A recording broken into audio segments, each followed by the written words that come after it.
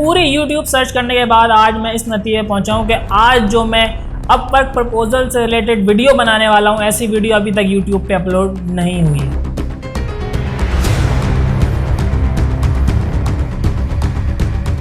अस्सलाम वालेकुम दोस्तों, मेरा नाम मोहम्मद अहमद खान है और आप देख रहे हैं B3 लगाओ यूट्यूब चैनल। नाज़रीन कराम, आज की वीडियो में बड़ी इंपॉर्टेंट वीडियो बना रहा हूँ। उसकी वजह ये है कि मैं जब से फ्रीलांसिंग का मैंने कोर्स लॉन्च किया, उसके बाद मेरे जितने भी दोस्त हैं, जितने भी लोग हैं जो मुझसे सीख रहे हैं फ्रीलांसिंग, उनको सब चीज़ें सीखने के बाद एक चीज़ में बड़ा प्रॉब्लम आ रहा है, वो ये है कि बिड यानी कि अपवर्क प्रपोजल, जिसको हम कवर लेटर भी कहते हैं, कि आखिर कवर लेटर किस तरह टाइप किया जाए ताकि क्लाइंट हमारा कवर लेटर देखे और हमें हायर करे। नाज़रीन कराम, कवर लेटर जो है कि बड़ी इंपॉर्टेंट चीज़ है, जिसको हम अपवर्क प्रपोजल और बिड राइटिंग भी कहते हैं। ये एक बड़ी इंपॉर्टेंट चीज़ होती है। जितना अच्छा आप प्रपोजल लिखेंगे अपवर्क का, उतना ही ज़्यादा आपको जॉब मिलने के चांसेस होते हैं।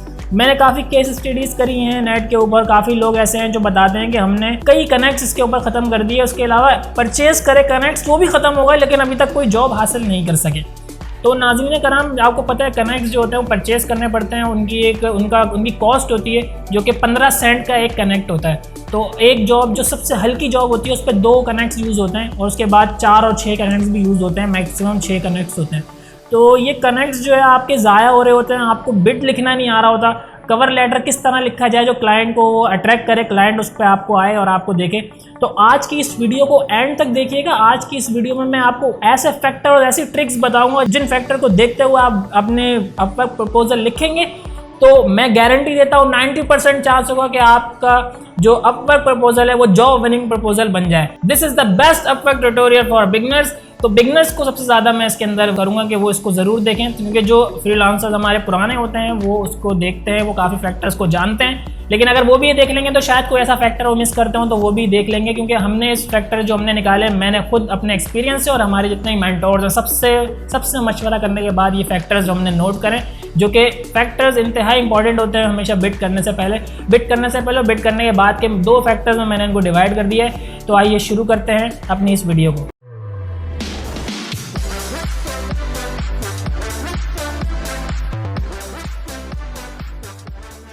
नाज़रीन का नाम, इस पूरी इन तमाम फैक्टर्स को मैंने 2 हिस्सों में डिवाइड किया है। अपवर्क प्रपोजल लिखने से पहले के 5 फैक्टर्स हैं और अपवर्क प्रपोजल लिखते वक्त के 2 फैक्टर हैं। इंशाल्लाह मैं इनको गाइड करूंगा आपको, और इंशाल्लाह ताला ये चीज़ मैं आपको थ्योरी पे नहीं बल्कि इंशाल्लाह अपनी स्क्रीन के ऊपर हैंड्स ऑन एक्सपीरियंस के साथ आपको बताऊंगा। तो इस वीडियो को इंशाल्लाह एंड तक ज़रूर देखिएगा। इस वीडियो से अगर आप बहुत भरपूर फ़ायदा उठाना चाहते हैं तो हमारी इससे पहले की एक वीडियो भी मैंने अपवर्क बिड के हवाले से बना रखी है। तो इस वक्त आई आइकन के ऊपर क्लिक करें, वहाँ पे जाके मेरी पहली वाली वीडियो देखें जिसमें मैंने तमाम थ्योरी बताई थी बिड के हवाले से। और अगर आप आई आइकन से नहीं देखना चाहते तो डिस्क्रिप्शन में लिंक भी दे दूंगा, वहाँ जाके आप देख सकते हैं। वहाँ पे हमने एक सैम्पल बिड का फॉर्मेट भी आपको दे रखा है। तो इस वीडियो से अगर भरपूर फ़ायदा उठाना चाहते हैं तो पहले उस वीडियो को देखें, फिर उसके बाद इस वीडियो को देखें। तो आप यकीनन एक बहुत अच्छा बिड ऐसा लिख सकेंगे कि आप बासानी क्लाइंट हासिल कर सकेंगे। तो आइए चलते हैं पहले फैक्टर को देखते हैं कंप्यूटर स्क्रीन की तरफ। तो आइए चलते हैं। अपवर्क के न्यूज़ फीड पे जाके जब यहाँ पे ग्राफिक डिज़ाइनिंग लिखेंगे तो यहाँ पे आपको बहुत सारी जॉब्स आ जाएंगी जो ग्राफिक डिज़ाइनिंग से रिलेटेड होंगी। ये टॉपिक जो है अपवर्क के इंटरफेस से रिलेटेड नहीं है, इस वजह से मैं इसकी डीप में नहीं जाऊँगा। लेकिन मैं यहाँ पे एक जॉब पोस्ट देखूँगा जिस पर मैं आपको दिखाऊँगा किस तरह हम अपने जो फैक्टर्स हैं किस तरह हम देख सकते हैं उस जॉब के। तो ये है कि यहाँ पर मेरे पास एक अच्छी जॉब मुझे दिखी है, logo designer for a coffee shop. तो हम इसी के ऊपर अपनी प्रैक्टिस का आगाज़ करते हैं। जैसे ही मैं इसको खोलूँगा तो आप देख सकते हैं इसकी तमाम डिटेल्स आ चुकी हैं यहाँ पे। तो यहाँ पे हमने सबसे पहले देखना होगा कि ये क्लाइंट का पेमेंट मेथड वेरीफाइड है या नहीं। तो इस जगह पे जब आप आएंगे तो यहाँ पे देखें लिखा हुआ होता है पेमेंट मेथड वेरीफाइड, और यहाँ पे ये जो चेक है, ये ब्लू टिक जो लगा हुआ है, ये इसकी यानी कि इसको वेरीफाई करता है कि ये पेमेंट मेथड वेरीफाई है या नहीं। ये सबसे पहला स्टेप है कि आप क्लाइंट का पेमेंट मेथड वेरीफाइड लाजमी चेक करें। पेमेंट मेथड वेरीफाइड चेक करना क्यों ज़रूरी है, देखें इसकी वजह समझ लें। पेमेंट मेथड वेरीफाइड कैसे होता है? जब आप अपवर्क के ऊपर कोई अकाउंट बनाते हैं, जैसे आपने फेसबुक चलाई होगी, आपने फेसबुक पे भी अकाउंट बनाया होगा, फेसबुक पे अकाउंट फ्री में बनता है, इसी तरह अपवर्क पे अकाउंट फ्री में बनता है। फ्रीलांसर का भी अकाउंट फ्री में बनता है और क्लाइंट का अकाउंट भी फ्री में बनता है। लेकिन जब आप ये देखते हैं कि आपका क्लाइंट पेमेंट मेथड वेरीफाइड है तो दैट मीन्स कि उसने अपने आप को वेरीफाई कराया हुआ है, अपना पेमेंट मेथड उसने जो है उसके ऊपर वेरीफाई करा रखा है, यानी कि वो अपने इस काम से सीरियस है।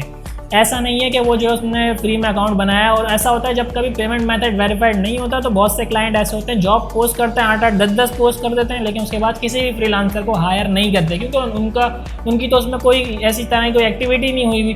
वो जैसे उन्होंने अकाउंट बना लिया, उनको ज़रूरत होगी और नहीं भी होगी तब भी उन्होंने जॉब पोस्ट कर दी। उन्होंने देखना होगा कि कितने फ्रीलांसर हैं, यानी कि वो इतना ज़रूरी नहीं समझते, कभी हायर भी करते हैं कभी नहीं भी करते हैं। तो लिहाजा पेमेंट मेथड वेरीफाइड का मतलब ये होता है कि वो जो क्लाइंट आपका पेमेंट मेथड वेरीफाई कराया हुआ है उसने जो है चीज़ें अपनी इस अकाउंट के थ्रू करी हैं और वो अपने इस बिज़नेस से सीरियस है। तो यहाँ से आपको एक कॉन्फिडेंस मिलता है कि ये क्लाइंट हायर कर सकता है।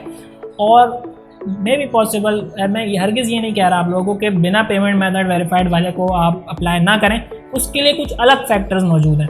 उसके लिए आपको दूसरे फैक्टर्स पे देखना होगा कि अगर पेमेंट मेथड वेरीफाइड नहीं है तो और क्या क्या चीज़ें देखनी होंगी कि वो क्लाइंट आप देख लें कि वो ऑथेंटिक है या नहीं। ये अगर आप जानना चाहते हैं तो मुझे कमेंट में बताएं, इसके लिए मैं एक अलग से वीडियो बनाऊंगा। तो आइए नेक्स्ट फैक्टर की तरफ चलते हैं। पेमेंट मेथड वेरीफाइड चेक करने के बाद सबसे बुनियादी चीज़ होती है, सबसे ज़्यादा ज़रूरी होती है, वो होता है क्लाइंट का हायर रेट। तो हायर रेट देखने के लिए आप अपनी जॉब में, जैसे यहाँ पे आपकी हमारी जॉब थी तो हम इसमें नीचे आएंगे, यहाँ पे हमारा पेमेंट मेथड वेरीफाइड था उसमें थोड़ा सा नीचे आएंगे तो यहाँ पे देखें जैसा कि आप देख सकते हैं ये लिखा हुआ 72% हायर रेट। तो इसका जो हायर रेट है इस क्लाइंट का वो 72% है। दैट मीन्स कि इसका हायर रेट काफ़ी अच्छा है। अगर हायर रेट 50 से नीचे हो तो हम ये रिकमेंड करेंगे कि आप इसे अप्लाई ना करें। अगर ये 60 से ऊपर है तो आप इसे अप्लाई करें।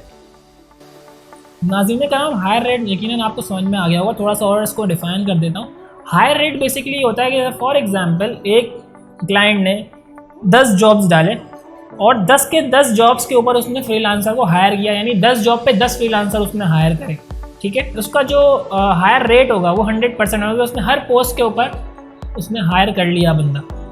कुछ दफ़ा ऐसा होता है कि कुछ क्लाइंट ऐसे होते हैं जो पोस्ट फॉर एग्जांपल 10 करते हैं लेकिन 7 को हायर करते हैं, 3 पे वो किसी को हायर ही नहीं करते।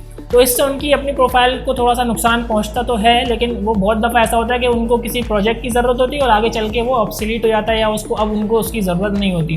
तो वक्त के साथ उन्होंने अपना डिसीजन चेंज कर लिया और उस प्रोजेक्ट की अब ज़रूरत नहीं है, तो उस प्रोजेक्ट को पोस्ट तो कर चुके थे लेकिन अब वो उस पर हायर नहीं करते। तो ये जो है ये इससे उनका हायर रेट कम होता है। तो नाज़रीन कराम, इसमें हायर रेट में आप ये देख लें कि क्लाइंट का जो है हायर रेट कितना है, क्योंकि अगर उसका हायर रेट कम होगा 50 से कम होगा तो दैट मीन्स वो पोस्ट करता रहता है और उसका जो हायर का जो रेशो है बहुत कम है। तो मे बी पॉसिबल इस बार जो आप जिस पे पोस्ट पे अप्लाई करें, अपर प्रपोजल लिखें, अपना कवर लेटर लिखेंगे, तो मे बी पॉसिबल शायद आपको भी वो हायर ना करे क्योंकि उसका पहले ही रिकॉर्ड बहुत ख़राब है। हाँ, अगर किसी का 100 है या 100 के करीब करीब है या 70 प्लस है, 60 प्लस है, दैट मीन्स कि वो उसका चांस बहुत ज़्यादा होगा। जितना ज़्यादा 100 की तरफ होगा उतना चांस ज़्यादा होगा वो आपको भी हायर करेगा। तो आइए नेक्स्ट फैक्टर की तरफ चलते हैं। अब आ जाते हैं हमने थर्ड फैक्टर की तरफ। थर्ड फैक्टर हमारा ये है कि हम इसको देखेंगे कि इस पोस्ट को और इस अपवर्क के ऊपर पोस्ट हुए कितना टाइम हो चुका है। तो जैसा कि आप देख सकते हैं, मैंने आपको बताया था यहाँ पे टाइटल लिखा होता है। टाइटल के नीचे आप जब इस जगह पे आएंगे तो यहाँ पे आप देखेंगे लिखा हुआ आ रहा होता है आपकी टाइम कितनी मिनट पहले ये पोस्ट हुआ। जैसे यहाँ पे लिखा आ रहा है पोस्टेड 28 मिनट्स अगो, तो यानी 28 मिनट पहले ये जॉब पोस्ट हुई थी। नाज़रीन, जॉब पोस्ट टाइम बहुत सिंपल सी चीज़ है। अगर क्लाइंट का जॉब पोस्ट करे हुए बहुत ज़्यादा टाइम हो गया, घंटा, आधा घंटा भी एक्सेप्टेबल है कुछ हद तक। अगर वो घंटा, 2 घंटा, 4 घंटे से ऊपर हो चुका है तो दैट मीन्स कि क्लाइंट का हायर करने का रेशो बहुत कम हो गया है। क्योंकि कुछ क्लाइंट ऐसे होते हैं जब वो प्रोजेक्ट पोस्ट करते हैं तो उनको फौरी बंदा चाहिए होता है और वो फौरी बंदा हायर करते हैं। तकरीबन आधे घंटे के अंदर वो बंदा हायर कर लेते हैं। तो अगर फॉर एग्जांपल 1 घंटा गुजर चुका है या 1.5 घंटे गुजर चुके हैं तो आप उस प्रपोजल उसके ऊपर कभी भी प्रपोजल ना लिखें, क्योंकि उसके ऊपर आप प्रपोजल लिख के अपनी बिड्स ज़ाया करेंगे। हमेशा सबसे ज़बरदस्त टाइम ये होती है कि आप 0 से लेकर 10 मिनट के अंदर अंदर प्रपोजल लिखें और नीचे बंदे ज़रूर देख लें कि उन्होंने उसके ऊपर अप्लाई कितने लोगों ने किया है। 5 से कम लोगों ने अगर अप्लाई किया होगा तब आपका चांस बहुत ज़्यादा हो जाएगा, और 10 मिनट के अंदर अंदर होगा तो 30 मिनट के अंदर अंदर भी है तो कोई मसला नहीं है। लेकिन ये एक आपको आइडियल टाइम बता रहा हूँ, 0 से 10 मिनट के अंदर सबसे बेहतरीन टाइम है। अगर वो आधे घंटे से बढ़ चुका है, 1 घंटे तक पहुँच चुका है तो हरगिज़ उस पर अप्लाई ना करें, आपकी बिड ज़ाया हो सकती है। आइए नेक्स्ट फैक्टर की तरफ चलते हैं। नीचे आ जाएं और 5 आखिरी जॉब्स देखें इसकी, 1 2 3 4 5 आखिरी जॉब्स में देखें कि पाकिस्तानी फ्रीलांसर इन्होंने हायर करें या नहीं करें। तो अब इसमें से मैं देखूँगा, देखें ये मुझे बंदा जो लग रहा है ये पाकिस्तानी लग रहा है, इसको चेक करते हैं। और ये वाला बंदा जो है ये मुझे पाकिस्तानी लग रहा है, मोहम्मद यू उस्मान करे कुछ नाम होगा, और यहाँ पे सलमान करे कुछ नाम है। तो इनकी प्रोफाइल्स हम चेक करेंगे कि आखिरी 5 प्रोफाइल में पाकिस्तानी लोग हैं कि नहीं। तो देखें ये पाकिस्तानी बंदा है, पाकिस्तान लाहौर से इसका ताल्लुक़ है, और दूसरा बंदा जो है ये भी पाकिस्तान और लाहौर से इसका ताल्लुक़ है। दैट मीन्स कि ये जो है ये पाकिस्तानी लोगों को हायर करता है। तो आप पाकिस्तानी हैं, तो अब आपने जब देख लिया कि आखिरी 5 में पाकिस्तानी मौजूद है, तो दैट मीन्स आप भी इसको अप्लाई करेंगे तो ये आपको रिस्पॉन्स करेगा। जैसा कि मैंने अभी आपको बताया कि आप इस पॉइंट से इख्तिलाफ़ कर सकते हैं, लेकिन इसको यहाँ आपको बताना ज़रूरी इसलिए मैं समझता हूँ कि मैं इस चीज़ से गुज़र चुका हूँ। क्योंकि आप जानते हैं ये कहना अच्छी बात नहीं है वीडियो के अंदर, लेकिन ये एक रियल फैक्टर है कि हमारे पाकिस्तानी फ्रीलांसर जब स्टार्ट उन्होंने फ्रीलांसिंग करी तो उन्होंने इंटरनेशनल मार्केट प्लेस में बहुत जगह ये देखा गया है कि अपने नाम को बहुत ज़्यादा गिरा दिया।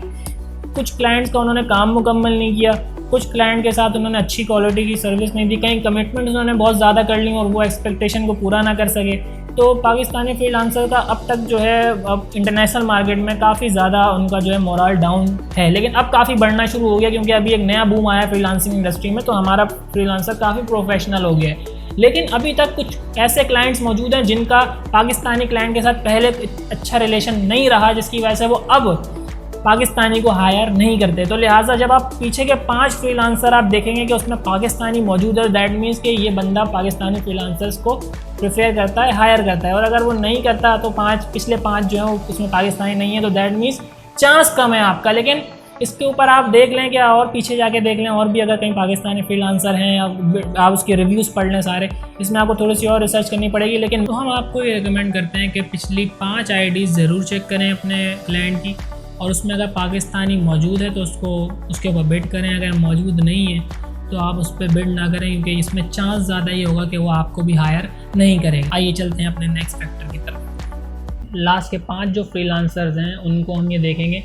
कि उनकी प्रोफाइल की वेटेज कितनी है, यानी कि उनकी प्रोफाइल कितनी भारी है। तो जैसा कि सलमान का और ये हमारे जो थे मोहम्मद यू उस्मान करे कोई नाम है इनका, इनकी प्रोफाइल तो मैं खोल चुका हूँ। बाकी ये जो 3 हैं इनकी भी खोल लेते हैं कि हमें पता चल जाए कि इनकी प्रोफाइल वेटेज क्या है। तो स्टार्ट करते हैं सलमान से। सलमान जो है इन्होंने तकरीबन टोटल 1129 घंटे काम किया, टोटल 15 जॉब्स करी, $8,000+ ये बना चुके हैं। इनका प्रोफाइल का जो जॉब सक्सेस रेट है वो 79 है। ठीक है जी, आगे बढ़ते हैं। इसी तरह मोहम्मद यू जो है हमारे, उन्होंने जो है तकरीबन 5 जॉब्स करी हैं, $3,000+ इन्होंने बनाए हैं यहाँ से। इनका ना कोई सक्सेस रेट है ना कुछ है, यानी इनकी इतनी बड़ी कोई प्रोफाइल नहीं है। आगे बढ़ते हैं। इसी तरह इंडिया कोलकाता से इनका ताल्लुक़ है, ये जो है $2,000+ बना चुके हैं। इनका भी प्रोफाइल की वेटेज, ना इनके पास जॉब सक्सेस रेट है ना इनके जॉब्स इतने ज़्यादा हैं, तो इनकी भी वेटेज इतनी ज़्यादा नहीं। अलबत्ता इनके डॉलर्स बहुत ज़्यादा हैं, इनकी जॉब पोजीशन और इनके रेट के हिसाब से इनके डॉलर ज़्यादा हैं। इसी तरह ये वाला बंदा जो है, जैसे आप देख सकते हैं हैदराबाद इंडिया से इनका ताल्लुक़ है, टॉप रेटेड बंदा है, 100% जॉब सक्सेस रेट है, यानी इसकी प्रोफाइल इंतहाई भारी है। ये बहुत बड़ी प्रोफाइल का मालिक है, इसने तकरीबन $10,000+ बना लिए और 93 जॉब्स इसकी टोटल हो चुकी हैं। 81 घंटे इसने काम किया, यानी कि देखें ये प्रोफाइल जो है बहुत हैवी है। तो दैट मीन्स ये किसी हैवी जॉब पे इन्होंने अप्लाई किया हुआ। आखिरी प्रोफाइल ये उससे भी हैवी है, देखें टॉप रेटेड प्लस बैच इनके पास है, 97% इनकी जॉब सक्सेस रेट है और 100K यानी $1,00,000+ इन्होंने जो है बनाए हैं अभी तक। तो जैसा कि आप देख सकते हैं सबसे भारी प्रोफाइल है इनकी, तो इन्होंने जो है किसी हैवी जॉब पे पोस्ट किया होगा। तो अब सबसे पहली चीज़ ये देखने की है कि हमने जो है इन सबको हटा देना है। हमने ये फैसला करना है कि ये जो हमारा क्लाइंट है ये एक नॉर्मल फ्रीलांसर को भी रखता है और हाई फ्रीलांसर को भी रखता है। तो दैट अब आपने आपको देख लें कि आपकी प्रोफाइल कितनी हैवी है और जॉब पोस्ट कैसी है, उसके हिसाब से आप इस पर मेरे हिसाब से आप अप्लाई कर सकते हैं, क्योंकि ये सिर्फ हैवी प्रोफाइल वालों को नहीं रख रहा है, नॉर्मल प्रोफाइल वालों को भी रख रहा है। तो दैट मीन्स हम इसमें भी इसको अच्छा ट्रीट करेंगे कि ये हर तरह के बंदे को रखता है। तो अगर आपकी प्रोफाइल लो भी है तो आप इस जॉब को अप्लाई कर सकते हैं। दोस्तों देखें, इसमें ये मसला ये होता है कि जैसे ये जो फैक्टर है इसके अंदर हम ये बताना चाह रहे हैं आपको कि आपका जो क्लाइंट है उसका माइंडसेट क्या है, क्योंकि बहुत से क्लाइंट ऐसे होते हैं जिनका माइंडसेट ये बना होता है कि भाई हमें टॉप रेटेड फ्रीलांसर ही हायर करना है, कुछ का टॉप रेटेड प्लस करना है, खाली टॉप रेटेड भी नहीं करना है। कुछ का ये होता है कि यार हम लो प्रोफाइल वाले फ्रीलांसर को भी हायर कर लेंगे, क्योंकि उसको कम कॉस्ट में अच्छा काम भी मिल सकता है। कुछ लोग इसको प्रेफर करते हैं, क्योंकि जो लोग कम कॉस्ट की तरफ जा रहे होते हैं वो इसको प्रेफर करते हैं, क्योंकि उसमें कुछ फ्रीलांसर ऐसे होते हैं जिनकी प्रोफाइल हल्की होती है लेकिन उनके स्किल बहुत अच्छे होते हैं। तो ये जो है क्लाइंट के माइंडसेट पे डिपेंड करता है। तो जब आप देख लेंगे कि हमारे पिछले 5 क्लाइंट का जो है उसका प्रोफाइल की वेटेज कैसी है, तो आपका माइंड बिल्कुल क्लियर हो जाएगा कि आपका जो क्लाइंट है आखिर उसका माइंडसेट क्या है। तो आप उसी हिसाब से फिर कवर लेटर को जब आप राइट करने जाएंगे तो उसमें भी आपको इस पॉइंट का बड़ा फ़ायदा हो सकता है। नाज़रीन कराम, इसी के साथ अब चलते हैं अपने नेक्स्ट फैक्टर की तरफ। यहाँ पे वो तमाम फैक्टर ख़त्म हो चुके हैं जो हमें प्रपोजल राइटिंग से पहले के स्टेप्स थे, वो ख़त्म हो चुके हैं। अब हम जाते हैं कि प्रपोजल राइटिंग करना स्टार्ट करेंगे और उसके लिए क्या क्या फैक्टर्स रिक्वायर्ड हैं, इसकी तरफ चलते हैं। आइए चलते हैं। प्रपोजल राइटिंग स्टार्ट करने का जो पहला आपका स्टेप है वो मैं आपको बताने जा रहा हूँ। जैसा कि हमारा ये जिसके ऊपर हम वर्किंग कर रहे हैं, ये हमारी जॉब है, तो इसके ऊपर सबसे पहला स्टेप आपका जो प्रपोजल राइटिंग स्टार्ट करने से पहले का जो आपका स्टेप होता है वो ये होता है कि आप देख सकते हैं यहाँ पे जॉब डिस्क्रिप्शन लिखी हुई है ये पूरी। तो इसको आपने बड़ा केयरफुली पढ़ना होगा, और इतना केयरफुली पढ़ना होगा कि आपको एक एक चीज़ समझ में आ जाए, और उसके बाद आप अपने से पूछ सकें कि आया कि ये जो काम इसने लिखा है, ये जो चाह रहा है, इसकी जो रिक्वायरमेंट्स हैं, आया कि ये आप कर सकते हैं या नहीं कर सकते। अगर आप कर सकते हैं तो ही आप अगले स्टेप पे जाइएगा। अगर आपको लगे कहीं पे भी कि यार ये जो प्रोजेक्ट है जो लिखा हुआ है ये मुझे नहीं करना आता या मैं शायद नहीं कर सकूं, तो इसके ऊपर हरगिज़ अप्लाई नहीं कीजिएगा। बिल्कुल समझ गए होंगे आप, बिल्कुल क्लियर मैंने आपको बात बताई। डिस्क्रिप्शन समझना बड़ा ज़रूरी होता है। डिस्क्रिप्शन अगर आप नहीं समझेंगे तो आपको पता नहीं चलेगा, क्योंकि पूरी जो प्रपोजल राइटिंग है वो पूरा डिपेंड करती है आपके डिस्क्रिप्शन के ऊपर। अगर आपने डिस्क्रिप्शन ही सही नहीं समझा तो आप लिखेंगे क्या। तो ये बिल्कुल सिंपल सी बात है कि अगर आप और मैं एक दूसरे से बात कर रहे हैं और आपने मुझसे एक सवाल किया और मैंने उसे नहीं समझा और मुझे उसे जवाब देना है, तो मैं कैसे जवाब दूंगा जब आपका सवाल ही नहीं समझा। आप मुझसे मलिर का रास्ता पूछ रहे हो और मैं आपको लांडी का रास्ता बता दूं, तो ये तो आपकी और मेरे बीच तो फिर कोई लड़ाई हो जाएगी, यही होगा। तो लिहाजा फ्रीलांसिंग की दुनिया में भी यही होता है कि अगर आप उसका डिस्क्रिप्शन नहीं समझ पा रहे तो वो आप जब उसको कवर लेटर लिखेंगे तो वो, या प्रपोजल या बिड जब आप उसको लिखेंगे तो वो तो ये कहेगा कि भाई इस बंदे ने तो मेरी काम को समझा ही नहीं, तो कभी भी आपको रिस्पॉन्स नहीं देगा। तो इसके डिस्क्रिप्शन को समझना बड़ा ज़रूरी है। तो अब नाज़रीन कराम, सबसे इम्पॉर्टेंट फैक्टर जिसके ऊपर हम जा रहे हैं वो है प्रपोजल राइटिंग। अब हम वाकई में राइटिंग करेंगे। ये सारे फैक्टर्स थे जो एक्चुअल राइटिंग थी उससे पहले के फैक्टर्स थे। अब मैं आपको दिखाऊंगा कि आखिर इस प्रपोजल के ऊपर हमने राइट कैसे करना है, क्योंकि हमने जितने भी फैक्टर्स अपने देखे इस बिट के अंदर सारे फुलफिल हो गए, सब पे हमने चेक करा, सब चीज़ें हमारी बिल्कुल परफेक्ट थी। तो अब मैं इसके ऊपर प्रपोजल राइट करने जा रहा हूँ, तो आप इसको बिल्कुल गौर से देखिएगा, इससे इंशाल्लाह ताला आपको ज़रूर फ़ायदा होगा। तो आइए अब टाइपिंग करते हैं। ये तमाम फैक्टर्स चेक करने के बाद फाइनली अब हम जा रहे हैं अपने प्रपोजल राइटिंग के ऊपर। तो अब अपने प्रपोजल राइटिंग करना शुरू करते हैं, और लिखने से पहले सबसे पहले आपको एक टिप देना चाहूँगा मैं। यहाँ पे नीचे आ जाइए और यहाँ पे प्रीवियस रीसेंट हिस्ट्री आप क्लाइंट की चेक करिए, और यहाँ से आप उसका नाम निकालने की कोशिश कीजिए कि क्लाइंट का नाम क्या है। क्लाइंट का नाम यहाँ कहीं लिखा हुआ नहीं होता है। जब तक उसका रिस्पॉन्स आपके पास नहीं आएगा, जब तक उसका नाम आप नहीं जान सकेंगे। लेकिन हाँ, एक तरीका है, यहाँ पे पुराने फ्रीलांसर्स के रिस्पॉन्स में हो सकता है उन्होंने उसका नाम लिखा हो, तो वहाँ से आपको नाम पता चल सकता है। तो जैसा कि आप देख सकते हैं यहाँ पहले ही वाले ने यहाँ पे देखें क्या लिखा हुआ है, जय इज़ अ ग्रेट क्लाइंट। तो इससे मुझे पता चल गया कि इसका नाम जय है, तो यानी कि मैं इसका नाम यहाँ से मुझे पता चल गया जय है। तो अब ये मेरा डिस्क्रिप्शन था और इस क्लाइंट का नाम जय है। तो अब मैं इस क्लाइंट को अपना प्रपोज़ल लिख के भेजूँगा कि आखिर मैं इसको अप्लाई करना चाहता हूँ और मेरे अंदर इसकी एबिलिटी है करने की या नहीं। अब प्रपोज़ल लिखने के लिए सबसे अच्छा तरीका मैं आपको बताना चाहूँगा वो ये है कि आप सबसे पहले जाइए टेक्स्ट कंपेयर खोलिए। टेक्स्ट कंपेयर एक एप्लीकेशन है जो कि ऑनलाइन एप्लीकेशन है, आपको मिल जाएगी। text-compare.com के नाम से भी आप सर्च कर सकते हैं। जैसे ही आप यहाँ पे जाएंगे तो आपको यहाँ पे 2 तरह के बॉक्सेस नज़र आ जाते हैं। ज़्यादातर ये राइटर्स वगैरह यूज़ करते हैं, लेकिन ये हमें भी बड़ा फ़ायदा देती है। अब इसके अंदर आपको फ़ायदा ये होगा कि आप यहाँ से अपना डिस्क्रिप्शन कॉपी करें, साइड में डिस्क्रिप्शन ले जाएं और यहाँ पे आप अपने जॉब की प्रपोज़ल लिख सकते हैं। तो यानी आपका डिस्क्रिप्शन आपके बिल्कुल सामने रहेगा, उसको देखते हुए आप लिख सकते हैं। तो जैसा कि आप देख सकते हैं यहाँ पे इसने अपना पूरा प्रपोज़ल लिख रखा है। इसके अंदर इसने लिखा है, I need to make a logo for my coffee shop. I am looking for someone who want to make a hipster, simple and minimalistic kind of logo. I have a bunch of requirements and ideas and inspiration to guide you in the right direction. Send me your proposal and we can have a short interview to see if you are a right one for the job. Looking for someone to start soon. ठीक है जी, तो ये इसका एक proposal था, इसकी description थी जो कि मैंने पढ़ी है और अब मैं इसके ऊपर इसका प्रपोज़ल अपना भेजूँगा। तो सबसे पहली लाइन में इसने लिखा है कि I need a logo for my coffee shop. तो इसके ऊपर सबसे पहले मैं इसको लिखूँगा हाय जय।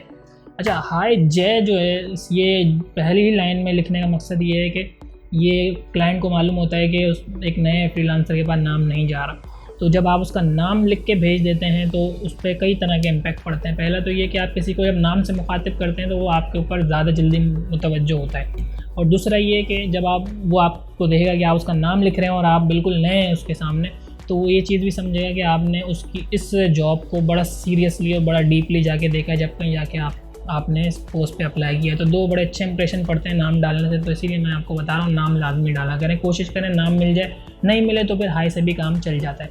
ठीक है, तो हाय जय इससे स्टार्ट करेंगे और कोई स्पेस नहीं, कोई इंटर या कोई डैश वैश कुछ नहीं, डायरेक्ट अपना प्रपोजल शुरू करेंगे।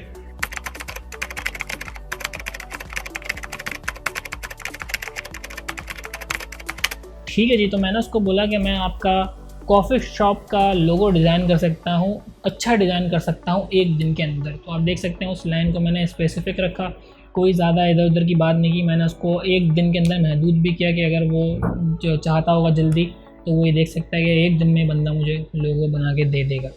तो ये फैक्ट्स एंड फिगर शेयर करने से बड़ा फ़ायदा होता है। हमेशा फैक्ट्स एंड फिगर लाजमी शेयर किया करें ताकि क्लाइंट के ऊपर अच्छा इम्पैक्ट पड़े। ठीक है जी, अगली लाइन में उसने ये लिखा है कि भाई मुझे जो है एक ऐसा बंदा चाहिए जो कि सिंपल सा बड़ा आसान सा एक लोगो तैयार करके दे दे। तो उसके लिए जो है मैं इसको जवाब दूंगा। इसके लिए मुझे इसको बहुत सारी बातें बताने की ज़रूरत नहीं है, उसके लिए मैं इसको जवाब दूंगा।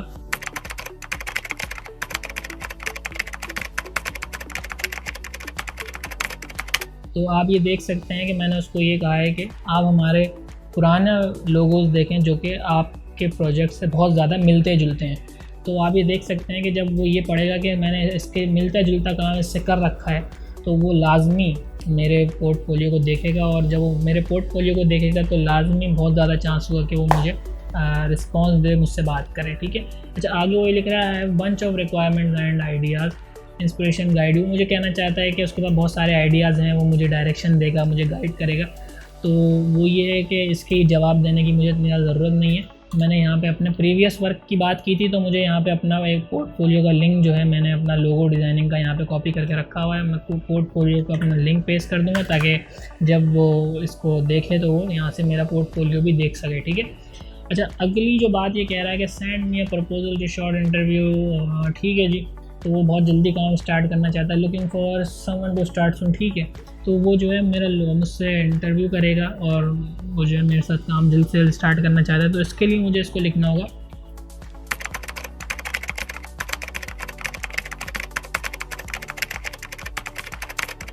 That's all.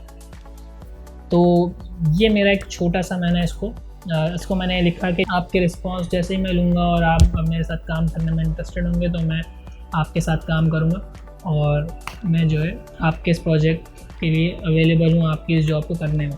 तो ये सिंपल सी मैंने एक छोटी सी डिस्क्रिप्शन अपनी लिखी है, और आप देख सकते हैं इसके अंदर एक चीज़ कि जितनी उसने बात लिखी थी, जितनी लाइनों में, तकरीबन मेरा जवाब भी उतनी ही लाइनों का है।